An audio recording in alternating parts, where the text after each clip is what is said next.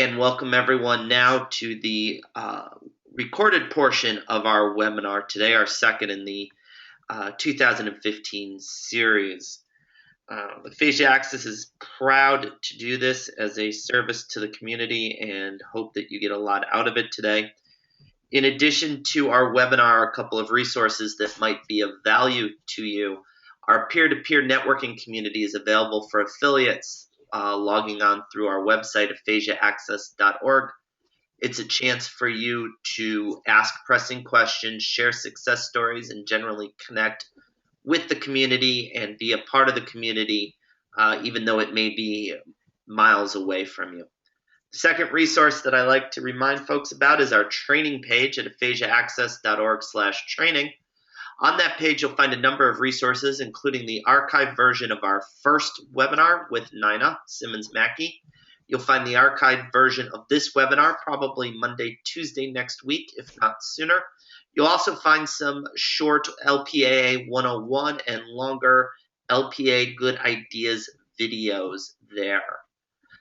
As webinar participants, you'll also get a special sneak preview of two additional videos that we'll make available in the coming days to you all. So with that, I'd like to introduce Melinda Corwin. Did have a question, should the screen be blank? It is blank for a moment. We will be transitioning to Melinda's slides in just a second.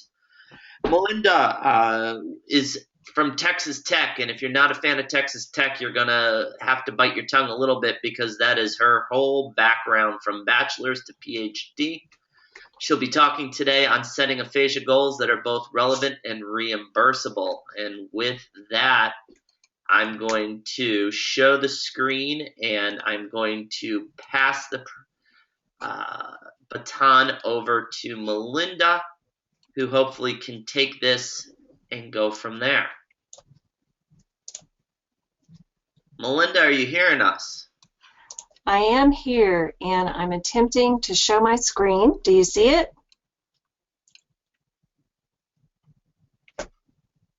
Can you see my screen, Todd? I can see your screen. I think we are in good shape for you to run and share your wisdoms. Fabulous. Thank you so much, Todd. And thanks to Nina Simmons-Mackey for inviting me to do this talk. I must admit I do not feel worthy before all of you wonderful professionals out there, but I'm very honored, and I'm excited to be with you for this hour and to share some information. And so because we are limited on time, I will get started. Our presentation focus today, I want to cover challenges that we as speech-language pathologists face in the acute healthcare settings, and also talk about how we can provide communication access, health information, and education regarding aphasia, even as early as the acute care stage following a stroke. We also then will hopefully be led to some relevant and reimbursable treatment goals, all under the umbrella of the life participation approach to aphasia framework. And in full disclosure, yes, I am employed right now as a full-time faculty member at Texas Tech University Health Sciences Center. I did work for several years in the acute care hospital setting before returning to work on my Ph.D. in Human Development and Family Studies, and to then come back and teach at the university. But the hospital experience afforded me quite a bit, and as part of my duties as a faculty member here, I direct our Stroke Aphasia Recovery Program. We call it the STAR program. We are located in Lubbock, Texas, and it is a community outreach program for stroke survivors and their caregivers. I'm also afforded the opportunity to collaborate with several speech-language pathologists in our acute care hospitals in Lubbock, Texas. So we have a teaching hospital that is literally down the hall from us. They employ several full-time SLPs, and we work together closely. They also take our students for internships, and we're very grateful.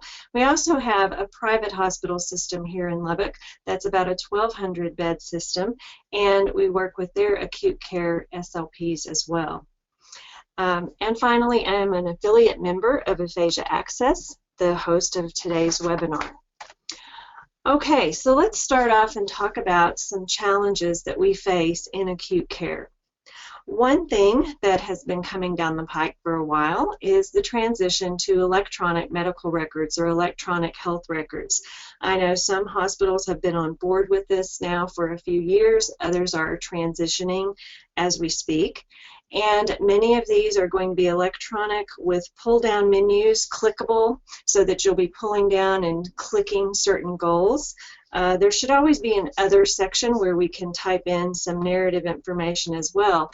But I think it's an exciting time. It's a great time to maybe reevaluate how we've been writing goals and make some changes as we're entering the electronic healthcare world and talk about ways to word goals that are relevant and reimbursable.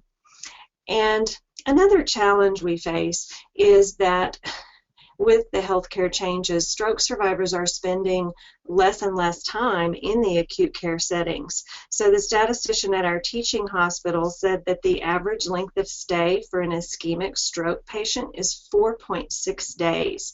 That doesn't include hemorrhagic strokes, but that's really brief. Our other local hospitals said, quote, no more than 2 weeks for a severe stroke does someone stay in the acute care setting. So we have very limited time to try to do a lot of work. Another issue, diagnosis-related groups models, or DRGs. This is basically a lump sum payment method or model, and it's based on diagnosis or diagnosis code. So the sooner the patient is discharged, the more money the healthcare system is able to receive for that lump sum payment for whatever the diagnosis is. And because of that, again, folks are very motivated, some folks, to move people through the acute care system very rapidly. However, one good thing about this model is we have found that speech-language goals don't seem to be scrutinized nearly as closely as they do when we're dealing with private pay insurance or some of the other insurance providers, and we don't see payment denials. We have some freedom and flexibility in our goals for the facilities, so I think that's a positive.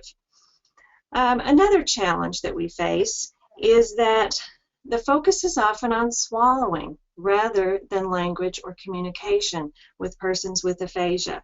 And our acute care SLPs are reporting that many physicians are only requesting swallow evaluations, a bedside swallowing eval or a modified barium swallow, and that the thinking seems to be as soon as the patient can eat, he or she can go home.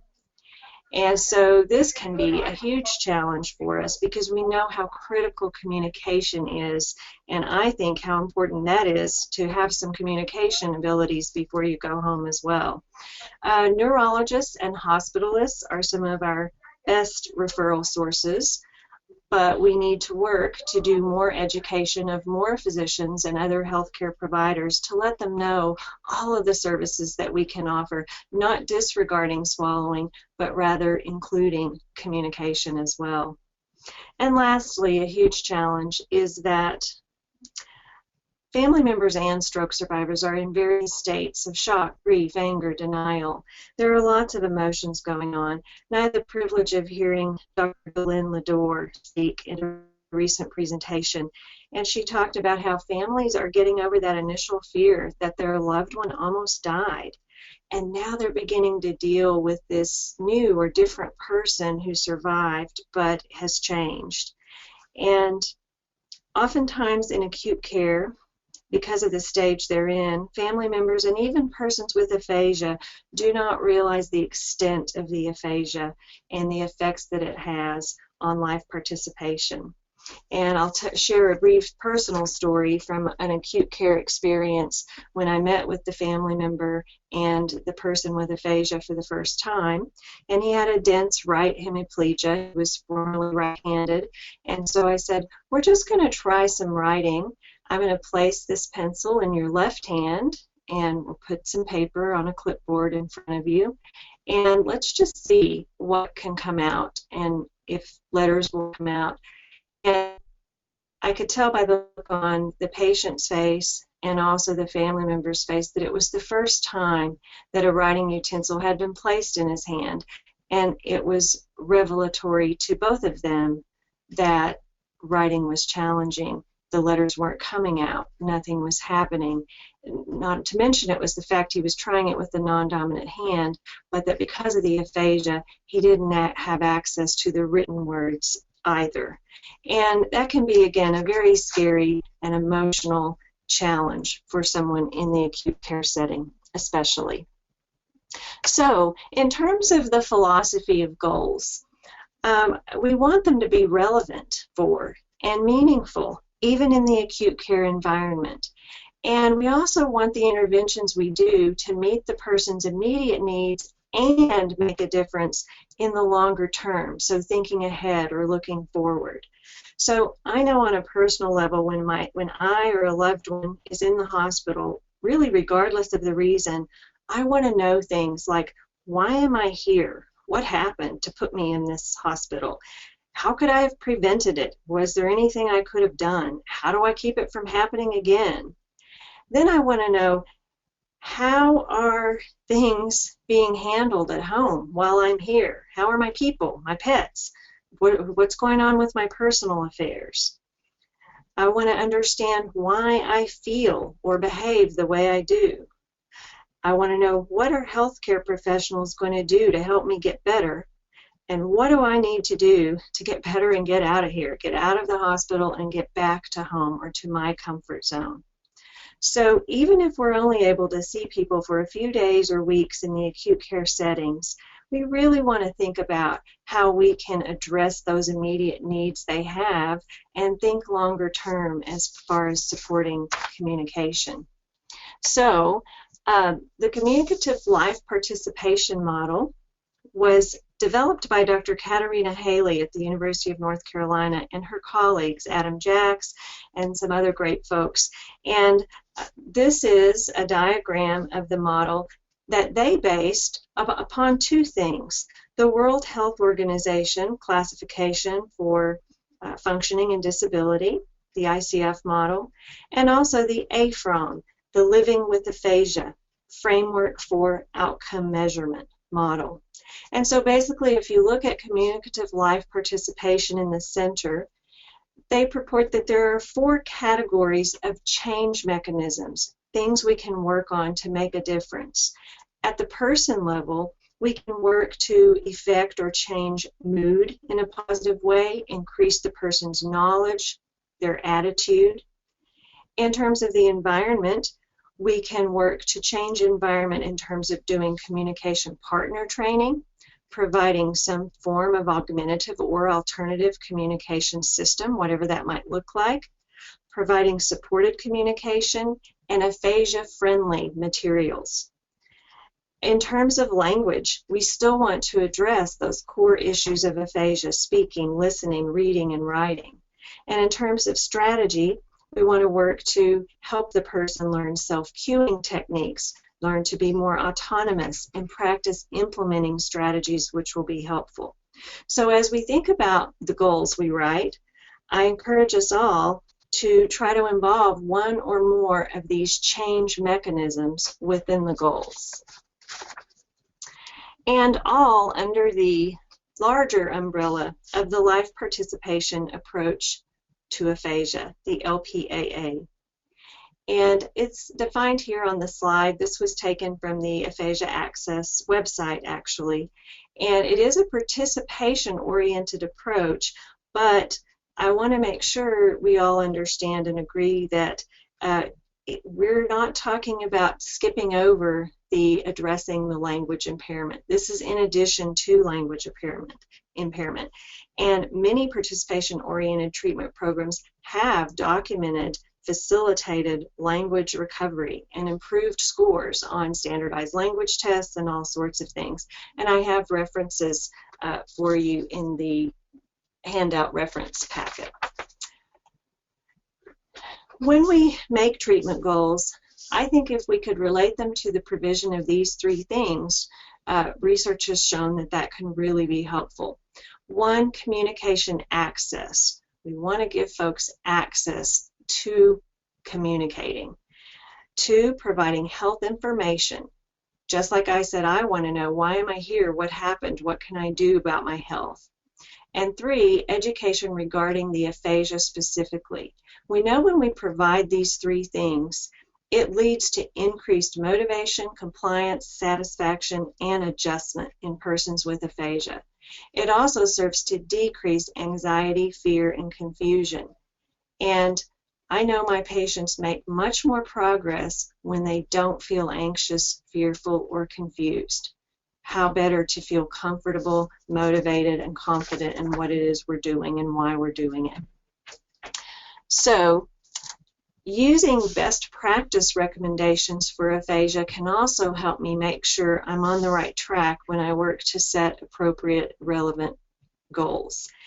And if you haven't heard about Aphasia United project, it's referenced also in your website list of references in the handout, but I encourage you to take a look at this. It was spearheaded by Nina Simmons-Mackey. It involved over 500 professionals from around the world, and they had an initiative with an international umbrella organization called Aphasia United, and they arrived at a consensus and identified a global set of 10 best practice recommendations for aphasia. And so I've tried to incorporate as many of these 10 best practice recommendations as possible when we look at the 3 areas I mentioned: communication access, health information, and aphasia education. So as we set these goals, I try to incorporate the 10 best practice recommendations. First one, communication access. Some of the 10 best practice recommendations that it involves are numbers 4, 5, and 8. Number 4 says no one with aphasia should be discharged from services without some means of communicating his or her needs and wishes, or a plan for how that's going to happen. They should also be offered intensive and individualized aphasia therapy by a qualified professional. And the aphasia services should be culturally appropriate and personally relevant. I'm not advocating any particular approach, rather keeping in mind that communication access is the overall goal. And so we want to provide the person with some means of communication, even if it's only temporary, and even if the patient and family's hope is, of course, that talking will return. I don't want them to leave my services without having some way to communicate. So some possible goals for persons with aphasia are listed here on the slide. We'll demonstrate use of a call button to request care assistance. We'll participate in 8 of 10 successful communication exchanges with partners using any modality. We'll participate in completion of an aphasia-friendly daily menu with minimal assistance. And we'll communicate feelings using aphasia-friendly materials. So some examples of how we can address these goals, some actual activities we could do. For the call button, I have some patients, especially with global aphasia, who don't really understand the whole concept of pressing the button and then someone's going to come and help. Also, they're not able to speak, so when a nurse answers over the intercom system and says, "May I help you?" and our folks with aphasia aren't able to speak and say what they need, oftentimes I've watched the staff cancel the call request, and so no one ever comes to see what's going on. And so we can teach strategies such as putting a photograph or a picture on the call button itself, a picture of a nurse or a healthcare professional, and maybe a big red arrow or a button with a picture of a finger pressing to show them exactly where to press. And then for some patients, I've actually taught them, if you can't speak, I want you to tap onto the call button so that they'll hear something and know you're acknowledging them. I also will go down to the nurse's station and make a note at the intercom station or on the chart if it's a paper chart.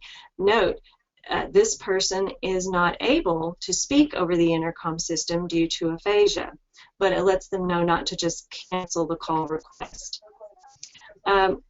For some folks, it's really important to be able to count things and make them, quote, measurable in terms of goals. So that's why on number 2 it says 8 of 10 successful communicative exchanges or communication exchanges with communication partners.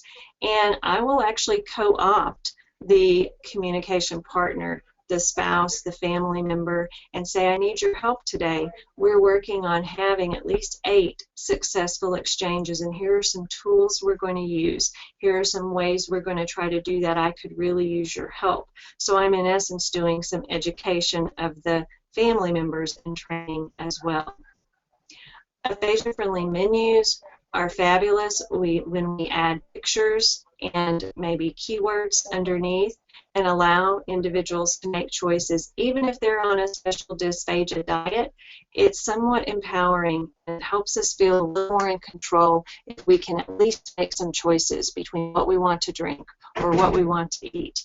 And so involving that person with aphasia early on in the menu choice options, I think, is something immediate, an immediate need that could be met. Same thing with feelings. You can have a 8.5 by 11-inch sheet with photographs or line drawings of different emotions and feelings. And again, co-opt the family members and say, I want to talk about some of these emotions. We're full of emotions when we're hospitalized. We have a lot going on.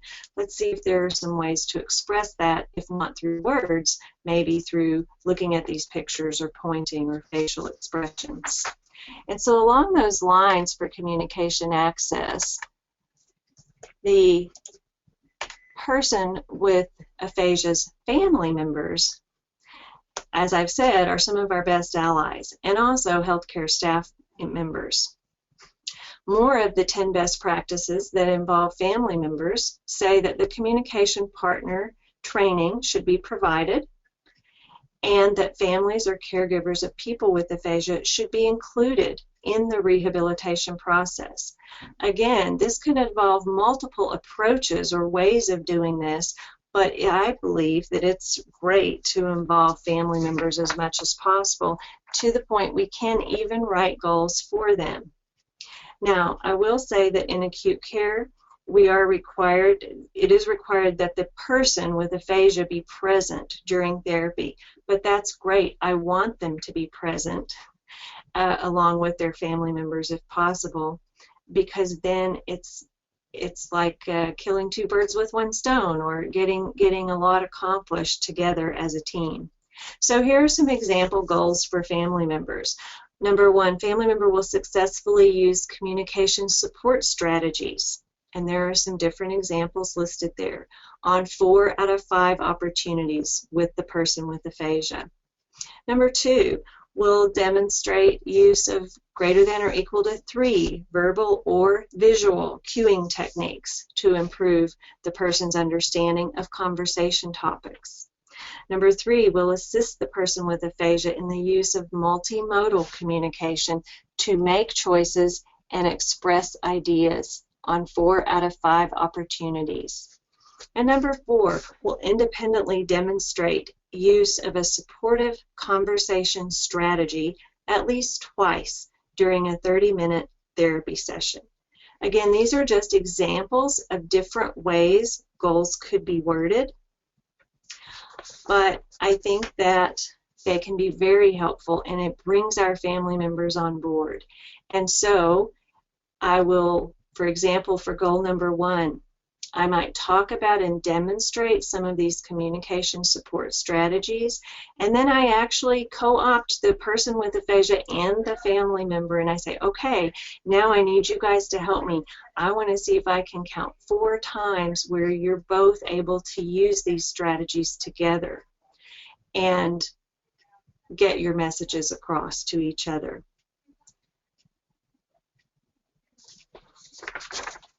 All right. Moving on to the health information section. As I stated earlier, I think health information is a required component of every person's health care, and health literacy falls underneath this larger category. It's included as part of health information, and it's a hot topic right now because health information should be accessible to everyone. It does involve another of the 10 best practice recommendations for persons with aphasia. Number 10, information intended for use by people with aphasia should be available in aphasia-friendly or communicatively accessible formats. And so some example goals for persons with aphasia are that the person will demonstrate understanding, now that could be verbally or non-verbally, of stroke following an aphasia-friendly explanation. Number 2, will follow aphasia-friendly instructions for blank. This could be for wheelchair transfers, safety precautions, dysphagia strategies, medication instructions, whatever is important at the time for the patient and the family to know. Another one says we'll identify 3 ways to prevent future strokes when provided with picture or keyword choices.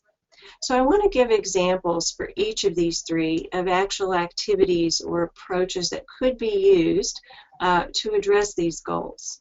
So number 1, we'll demonstrate understanding. That's really no different from the auditory comprehension goals that we often write, but the topic of what they're understanding may be what's different. So rather than having them point to black and white line-drawn pictures of furniture and tools and all sorts of things that are on a lot of our standardized test batteries, in acute care, perhaps we could address their immediate issues, and that is understanding what happened to them, what is a stroke. And so we can do this by providing pictures, and I use those tear-off sheets from Blue Tree Publishing. They have wonderful diagrams of the brain. So I bring one into the room and I say, I want to talk to you today about what happened. Up at the top, while I'm talking, I'll write the keyword stroke. And I'll say, as you probably know, you had a stroke. Then I'll put an equal sign and I'll write brain attack.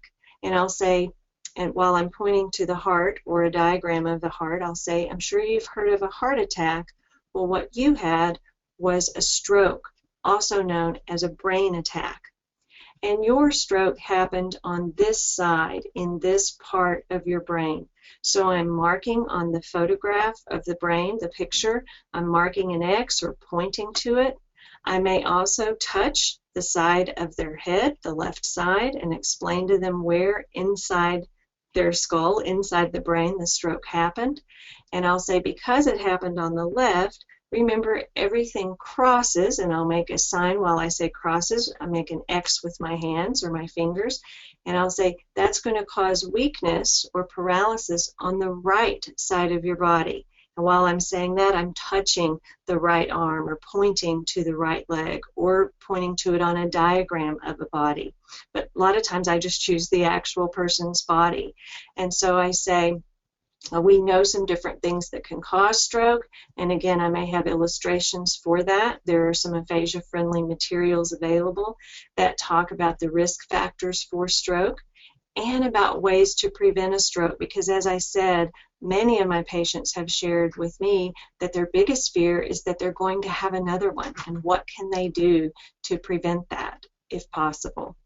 And so we go through and talk about the information. Now, I'm providing it in an aphasia-friendly manner. I'm hopefully allowing the family member to be listening in and learning along with the person with aphasia. And then if I have an auditory comprehension goal, or the goal that says we'll demonstrate understanding, I'm honest about that, and I say, now, I want to check and see what you understood. So I'm going to ask you some questions, and I'd like you to point to the diagram or point on your body and show me, do you know what side of the brain your stroke happened on? Or do you know what happened to you? And I may actually make a list of 4 different things. I may write heart attack, hip fracture, brain attack, car accident, or stroke instead of brain attack, whatever you want to use. But then it's almost like a multiple choice. I'm evaluating the ability to read keywords. I'm also evaluating understanding and auditory comprehension, but I'm asking the patient to indicate by pointing if they're not able to speak and telling me what happened to them to see if they understand that. Same thing for number 2, aphasia-friendly instructions for things such as wheelchair transfers or safety precautions. While the physical therapist comes into the room, and we do a lot of co-treating or overlapping times with our therapists in other disciplines, related disciplines, and so I'll say to the physical therapist, we really want to make some aphasia-friendly instructions for Mr. X to work on the exercises that you want him to work on outside of your therapy time. So could you help us check this, physical therapist, and see if we have it down right? And again, we can use diagrams and pictures to show the exercises for physical therapy. And if the person is not able to understand printed numbers, if symbols for numbers are kind of not there at the moment, instead of writing the number of reps using a numeral, I may make tick marks on the paper or have boxes that the person could check off and say, okay, you're supposed to do 5 times or 5 repetitions of this exercise. Here's what it looks like. Then we want you to do 5 of this. And so the physical therapist is beginning to see that, oh, the person with aphasia is competent, even though he or she may not be able to understand a rapid rate of speech and verbal-only instructions. Once they're written down using pictographs and keyword cues, the person understands exactly what he or she is supposed to do and will do a better job at following through with the instructions. So it can be true for transfer, safety information, again, dysphagia strategies, informing the patient about medication, why you're taking it, what it's for, and the instructions about when to take the medication. This is all working on language and communication. At the same time, we're addressing immediate needs and things that the person is interested in learning and knowing about, hopefully, even in the acute care stages. So for number 3, the identify 3 ways to prevent future strokes. I have pictures of different diet choices, again, different food choices. And after our stroke education talk, I will say, okay, if you don't want another stroke to happen, and I'll take the picture of the brain with the stroke marked and I'll put a big X through it and say, we don't want another one to happen. Show me on this page of food choices, picture food choices, show me what would be a healthy choice, what would be good to eat, what's not such a good idea to eat. And we go through things like health, diet, exercise, no excessive smoking and drinking, taking blood pressure medications on a regular basis as ways to prevent future strokes from happening. So again, we're still working on language and communication, and those concepts are related to the topics of things that I think are very relevant for persons in an acute care facility. In terms of health information for family members, it's basically the same thing, but you can write the goal that says family member will explain symptoms of and risks for stroke following a lay explanation by clinician, because we know if the family member better understands what has happened, he or she can better help and advocate for the person who survived the stroke, the person with aphasia. Number 2, I often co-opt family members again. We'll create aphasia-friendly instructions for the person with aphasia. So I may demonstrate, like I gave the example for the physical therapist, of how to come up with some aphasia-friendly instructions, and then I leave, quote, homework, because family members are always saying, what can I do? How can I help? So I say, okay, your homework is, I want you to make a aphasia-friendly list of medication instructions. The picture of the medicine, when to take it, a picture of what it's for, using keywords. And I appreciate your help in that. The third one says we'll ask 3 questions related to whatever the topic is, stroke, aphasia, medications, using aphasia-friendly techniques, of course, in the presence of persons with aphasia. All right, so we want the family members to demonstrate to us that they understand how to use aphasia-friendly techniques. By doing that, the person with aphasia is also benefiting. And so, again, I think we're addressing several of the domain areas all at once. This also gives them an opportunity to practice using communication supports, things like calendars, pictures, gestures, pointing, because they may need to use these same techniques in the weeks, months, and possibly even years ahead, depending on the severity of the aphasia.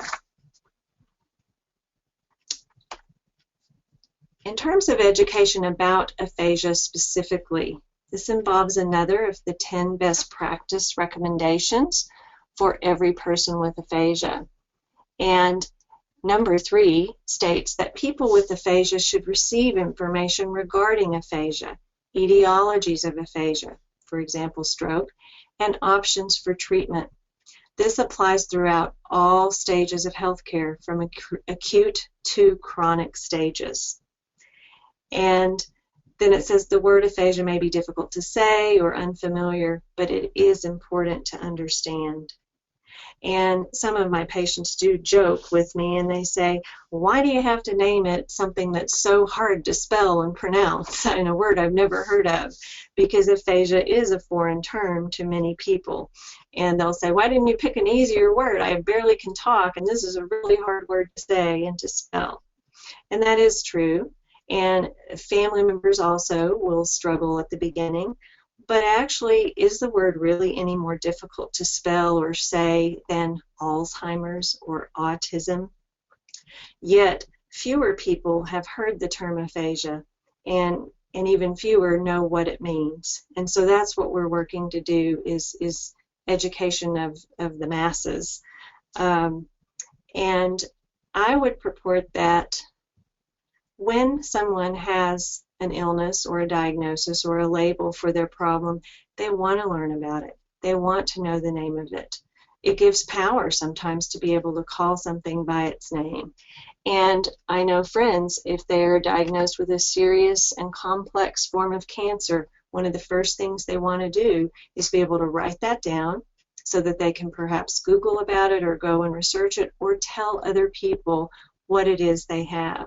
So even though words are complicated and terminology is not always simple, I think it's important to begin the education early about what aphasia is and what we can do about it, and some choices, for example, for how to treat it.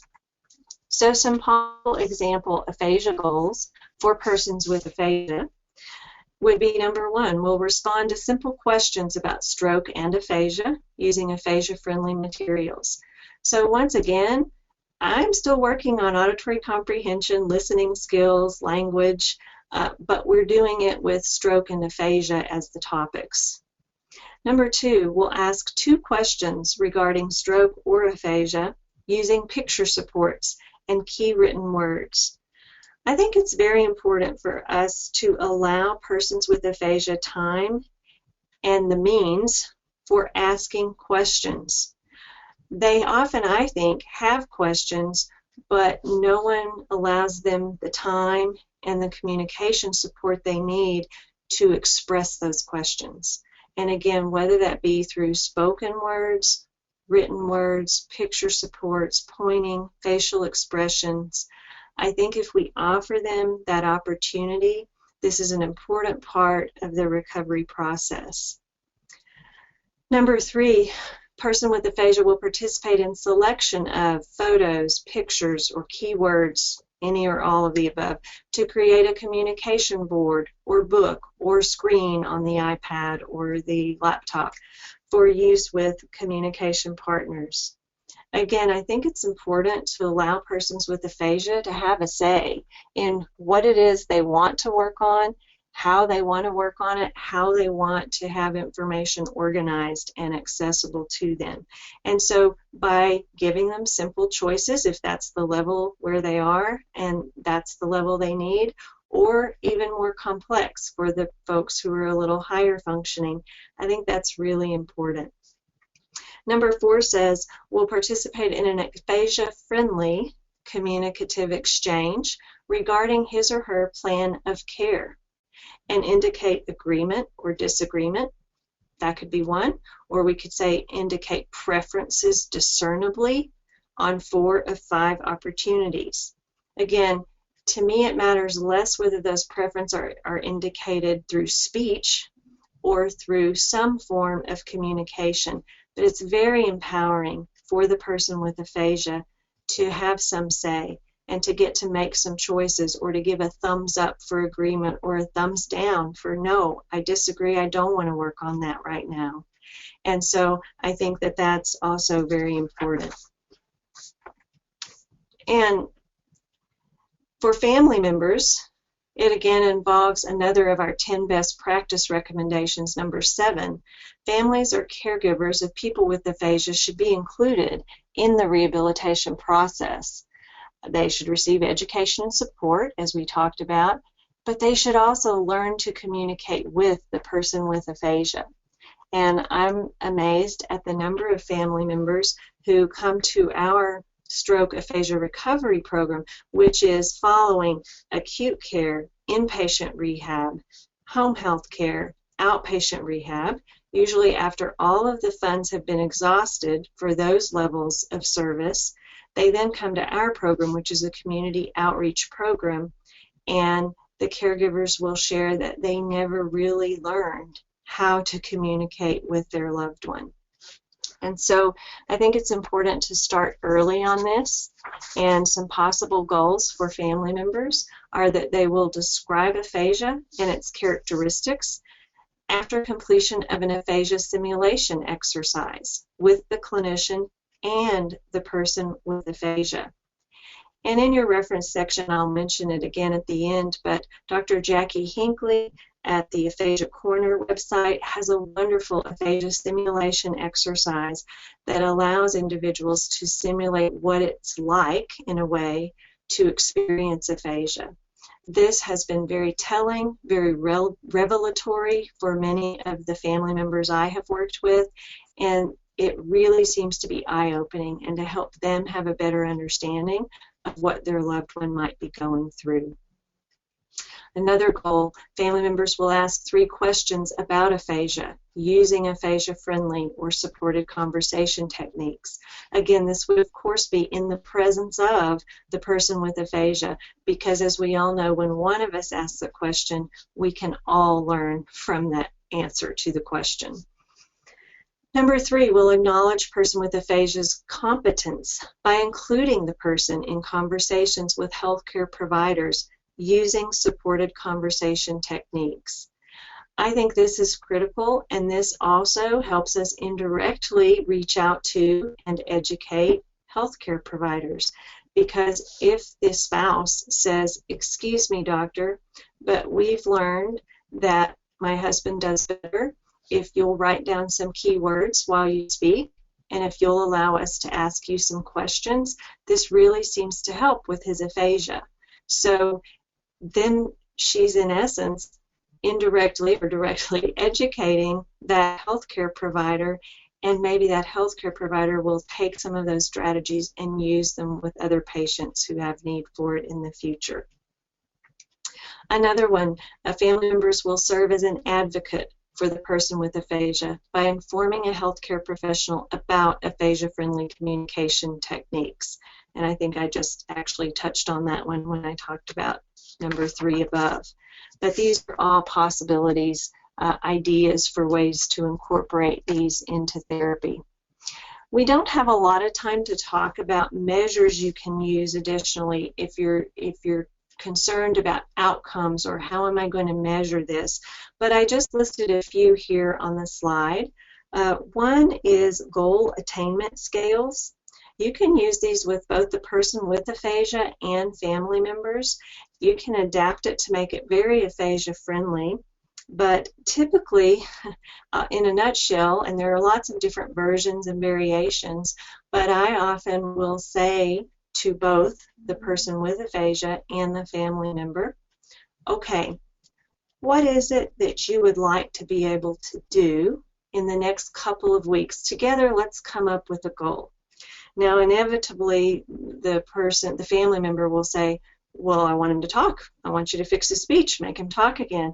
And so rather than, what I do is acknowledge that, and I say, okay, great.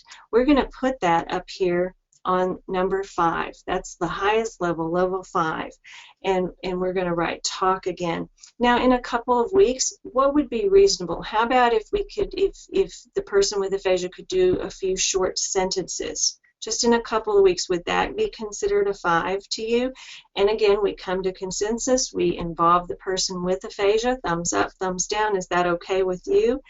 And then I say, okay, now we're going to break that down, and I'm going to show you the steps we need to make to get there together as a team.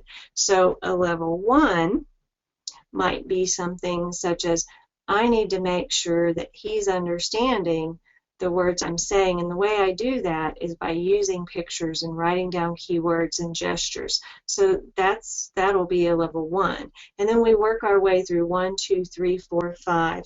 We identify it, we write it down, draw pictures, illustrate, whatever we need to do.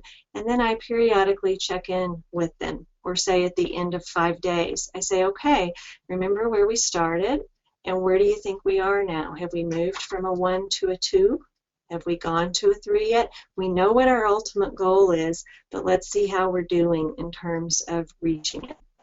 So that's one way to use it. The ASHA FACS, that's the Functional Assessment of Communication Skills. You can adapt their scoring systems. They actually have a qualitative dimensions of communication, I believe, is a 7-point scale. And then there's also a functional communication rating scale that's a 5-point rating scale. And so you could incorporate into your goals that per the ASHA FACS, they will move from a mean or a mode of 3, for example, to 4 in a certain amount of time. There's also the Communication Confidence Rating Scale for aphasia. And the Assessment for Living with Aphasia is a wonderful tool that provides rating scales, looks at all of the domains of communication based on the AFROM, and that can also be very helpful if you're trying to quantify or have measures to measure progress, if that seems to be the focus of your facility or the concern. So I wanted to leave time for questions, but I just want to share with you some resources that I think are very helpful. All of these are listed in the references handout, and I made a list of websites first that I thought would be very helpful, and then underneath websites we have articles, books, and book chapters that may be helpful. But first and foremost, I want to share about the Goals project that Dr. Katarina Haley and her colleagues at the University of North Carolina have begun. This is a fabulous project. You go to the website, which again is in your reference section. Look under University of North Carolina in the website list, and it's the Therapy Goals project. So you actually go to the website. If you are willing to enter 3 example goals that you have used with persons with aphasia, to thank you for participating, they will send you a list of 100 compiled example goals that have been put together by people across the nation and beyond, everywhere, anyone who participates in this project. So it's a fabulous project and a very user-friendly, non-painful way to get a list of 100 possible ways to word goals. Also, the ASHA website provides examples of person-centered, what they call focus on function goals, based on that World Health Organization model that I talked about earlier. Aphasia Access, the host of today's webinar, just came out with a wonderful 10-item communication access checklist that you can use with caregivers, healthcare providers. You can use it for in-services, family members. Absolutely fabulous. It nutshells or summarizes some of the best practices for helping the person access communication. Our neighbors in Australia have come up with the wonderful aphasia rehabilitation pathway. Their pathway contains 8 parts, and one of those 8 parts is setting goals and measuring outcomes. And it's a great resource. Of course, our neighbors in Canada, Dr. Ara Kagan and all of her colleagues at the Aphasia Institute, have provided multiple resources of aphasia-friendly materials, assessments, education, health and education information.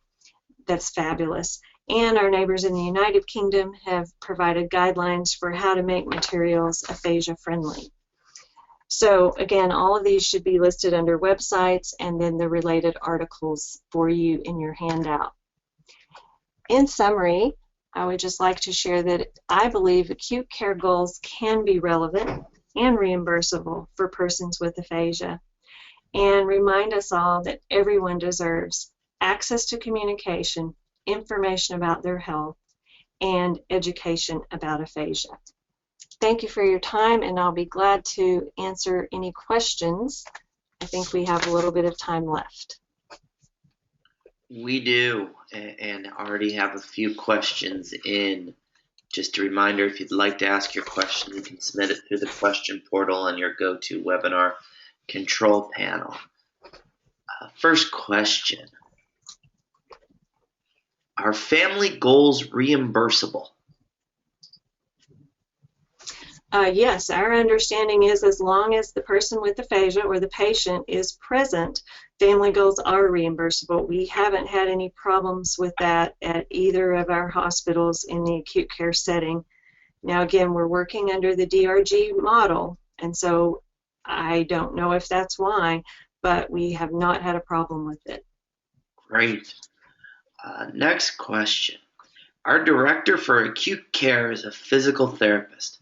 How do I explain to him or her the reason for changing our current EMR goals of improving verbal expression and auditory comprehension? Well, I don't even know that there is a need to change the goals themselves, because I think a lot of the goals that I mentioned today could still be the ultimate goal of improving auditory comprehension, and maybe if not verbal communication, verbal expression, maybe just communication would be a good substitute word there. But rather than changing the goals themselves, I know that in electronic medical records, once you get the pull-down menus programmed, it can be a bit of a hassle to change them, unfortunately. But I think that it might be more about the techniques that we use in the therapy session, so we can still measure whether communication, expression of ideas is happening, or whether auditory comprehension, understanding of ideas is happening. But rather than bringing in, for example, a stack of picture cards, black and white line-drawn pictures, and asking them to name them, confrontation naming task, perhaps you could instead do a discussion about stroke or about aphasia, and you can still report data for how the patient understood, demonstrated auditory comprehension, or communicated by asking questions, making choices, indicating preferences, etc. So maybe that would be a compromise and would work. Okay. Next question. What has been your greatest challenge in implementing these types of goals at your facility? I think the biggest challenge is perhaps just a new way of thinking, moving more to this live participation approach to aphasia, and perhaps because it is newer, we don't have as many aphasia-friendly materials available, although they are increasing all the time, and thanks to places like Aphasia Access, who are giving us, by the way, fabulous training videos to use with staff, family members, and persons with aphasia about communication and about documentation and how to make it more aphasia-friendly. I think that's going to help us personalize therapy, which I know takes a little more work than bringing in a workbook, so to speak, but I think personalization makes it all worth it. Let me just say real quick, Todd, another thing is I think shifting that focus on eating and swallowing to a bigger picture of how we can incorporate communication and communication about eating and swallowing, because they're both very important parts for socialization. I realize that eating is, part of keeping us alive, and our nutrition, it's also a huge social part of our environment. So is communicating and connecting with other people. So anything we can do to overlap those, bring them together, and educate healthcare providers that speech-language pathologists are equipped to help with both eating and communicating. Wonderful. One last question. Many family members seem focused on getting the patient to talk. How do you sell them on the idea of alternative forms of communication?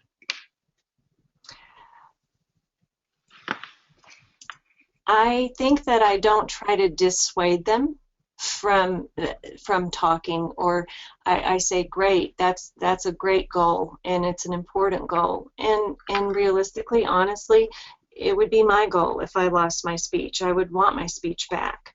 And so I think that by acknowledging and saying, yes, that's a wonderful goal. Now, there are several steps we need to take to get there, and it will take us a while. And so here's where we need to start. One thing that I found is that once family members discover that by using augmentative or alternative supports to speaking, such as pictures, pointing, gestures, key written words, it in no way hampers the hopeful eventual speech from coming back. As a matter of fact, if folks can read aloud words that while we're pointing, or begin to put together phrases and sentences, of course that's fabulous, and we encourage that. But I think I explain it more to the family members as, yes, that's where we want to get to, and here's where we are today. And so let's start now, and I'm going to show you some tools and give you some strategies to hopefully help us work toward that goal. And ultimately, I think they begin to realize that live participation and communication is the true goal. I hope that helps. I hope that answered it. I'm sure it did. I think we've just about hit our time. I've got 2 o'clock here. I want to thank Melinda for her time in guiding us through this conversation about aphasia goals, how to keep them relevant and reimbursable. Please don't forget there's some ways to continue the conversation, and that includes our peer-to-peer networking community and our training page with some informational videos. You have some direct links to that in your GoToWebinar panel right now. We'll have an archive available for this in the next couple of days. And you'll also get a feedback survey at some point during the day tomorrow. We greatly appreciate all of your thoughts, especially those that help us make these offerings even more relevant, to borrow a keyword, to you all. Thanks a lot for joining Aphasia Access. We'll see you for our next webinar in December. Take care.